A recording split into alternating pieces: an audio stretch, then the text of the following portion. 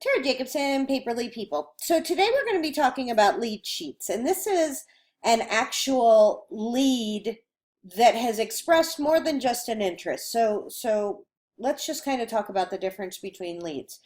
If you're a realtor and you're getting internet leads and people just, or a sign call and somebody's called, or you're a direct sales consultant and somebody says, "Oh, I'd love to have a party," those are just kind of, to me, kind of throwaway leads, but I don't want to lose them. So I put those on a lead log. Those are just like somebody's name, their email address. They're somebody I want to follow up with, but they're not necessarily somebody who is really interested in buying my product or service. These lead sheets are for people who have said, "I want you to call me. I am interested in what you sell," and you don't want to lose them, right? So I do have a database. I happen to use Infusionsoft. I know a lot of people use MailChimp. You might use Aweber, and that's online, and that's awesome. But for me, I have a workbook I use that I put my leads in, and I carry it around with me. So I have my ideas, I have my leads, I have my working workbooks. You could do that. Mine happens to be an ARC system. You could do it in a 3-ring binder.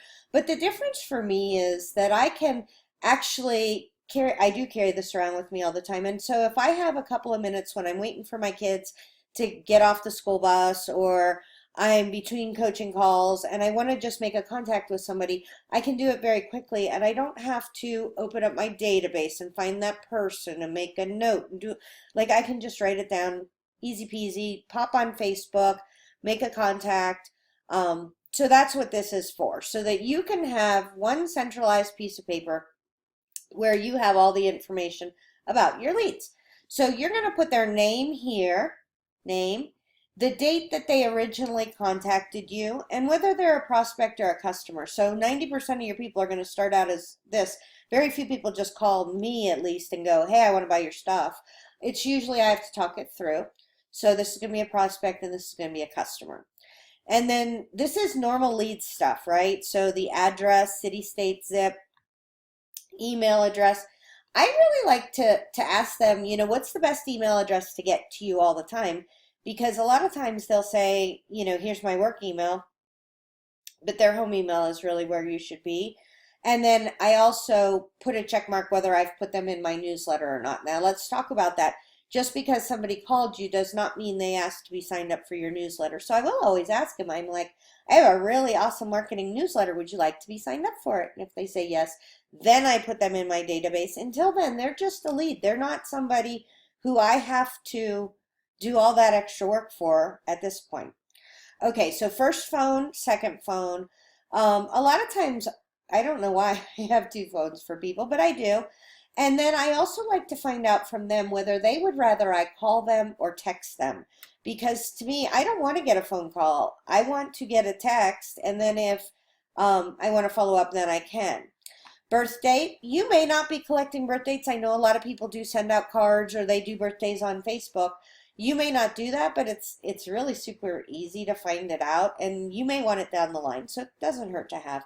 I go into Facebook and find out what the day is for them. I like to fill out my little sheets. Spouse or significant other, always good to have. Kids, better to have. One of the things that's really cool when people have kids is like a back to school sale or take a break from Christmas or something like that. So that's always really good to know if they have kids. And then I'm telling you, people's pets sometimes are more important than their kids. So I gave an example in the blog post of, I know a girl who's a podcaster and she loves parrots. So whenever I find parrot things, like, I'll just say, "Hey Katie, I found this and this was really cute," and I'll post it on her Facebook. That would totally count in a little bit. First product interest. Oh my gosh, this to me is so hard for me. People will call me and they'll ask me questions and I'll get all excited and then we'll start talking about different things. I want to know why they called me in the first place. This is sort of like when you're saying, "What would make this call a success for you?" And what I want them to do is to make sure they leave that phone call with whatever this first product interest was satisfied. source. Can't have, I just, I'm in marketing, so I can't have anything more important than knowing, hey, how'd you find out about me? Was it on the, Facebook? Was it a web search? Did you hear about me, at a networking event? Those are really important, or from a referral, because I do a lot of referral marketing. So if Donna referred them, I want to know, because what I'll do is I have a whole referral program. I will send them a $10 gift card. I will, send them a thank you note. I will, for like some of my things, like my little necklaces, if they refer 5 people, then they get a free necklace, whether or not that person bought. So maybe we'll talk about referral programs some other time. Next contact is when they want you to talk to them again. So I would put this down. This is just kind of for your initial call, and then whether or not it's in your calendar. Okay, social media, you don't want to seem like the creepy stalker who got, a phone call and now you're following them around. Because I've done that, right? I've gone, okay, I'm just going to go friend them on Facebook, connect that. Like they get a notification of each of these things and they're sort of like, oh, girly, back off. Don't be that strange one. So the reason why I like having this here is if I do talk to somebody on the phone, I would probably do something less intrusive. Like for a lot of people, friending on Facebook, they only have their friends and family on Facebook. So I might ask them to connect on LinkedIn or follow them on Pinterest just to try to keep them there. And then maybe the next time I talk to them, I might subscribe to their YouTube or, do something else. You don't want to do this all at once because it could be a little bit creepy.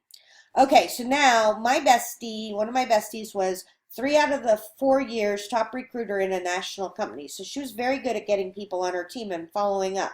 So I asked her, how many follow-ups should you do? And she said 9. And I thought, oh my goodness.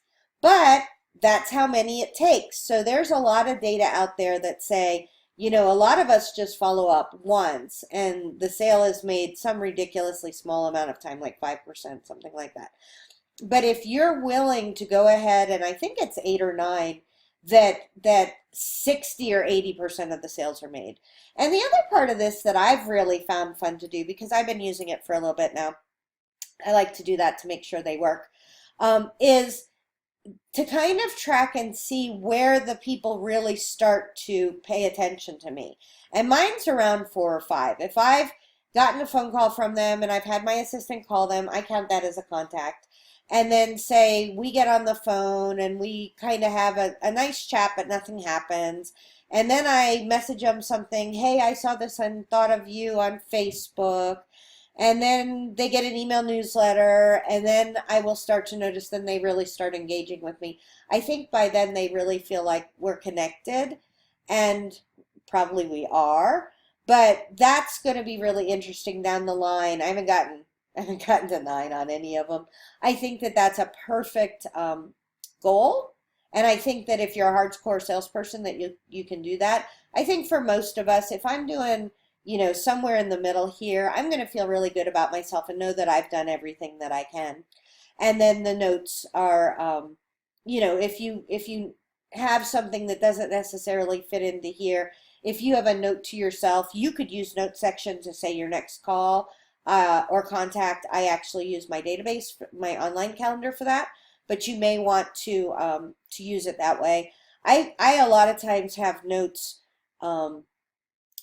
that'll say, oh, she's tried social media before, but it didn't work. Or, there's just all different things that people say that I'm like, okay, I really need to know this because I need to treat her gently because she's been bruised before, or she really loves Facebook, or, whatever it is. Those are all super notes to have in there and to know. And that way you can, because your leads, you will sell more, I guarantee, if your whole focus is on them, contacting them the way they like to be contacted, and remembering things about them that make you appear to be interested in them and what they really want. Because you may find out you're not a good fit, and then you may refer them to somebody else who would be a better fit. So if you go into this with a glad heart, know that you're really following up enough times that they can do it. Okay, I have a perfect example for this. if you ever feel weird.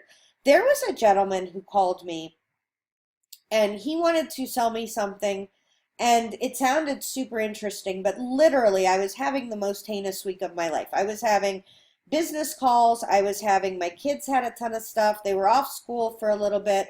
We had something else to do. And I said, can you call me next week? And he said yes. And so he called me next week and he happened to catch me at a really bad time. And I was very interested in what he had to sell. And I said, oh my gosh, thank you so much for calling me back. I can't talk right now. Can you call me later in the day? And he gave up. And I truly was interested. And what you have to understand is that when you're selling something, you may be selling the neatest thing in the world, but it's not something that is top of mind to your prospect maybe right then.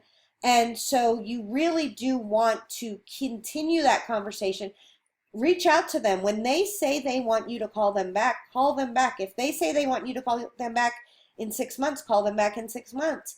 This is not a, there are truly reasons why they're not ready to do it right now. Now, I would maybe suggest if they say call back in 6 months, I might call back in 4 or 5 just because I don't want to miss an opportunity where they go and buy with somebody else or do something like that. But that having been said, try to be very respectful of what they say and how they want you to contact them. So hopefully that helps. Tara Jacobson, Paperly People.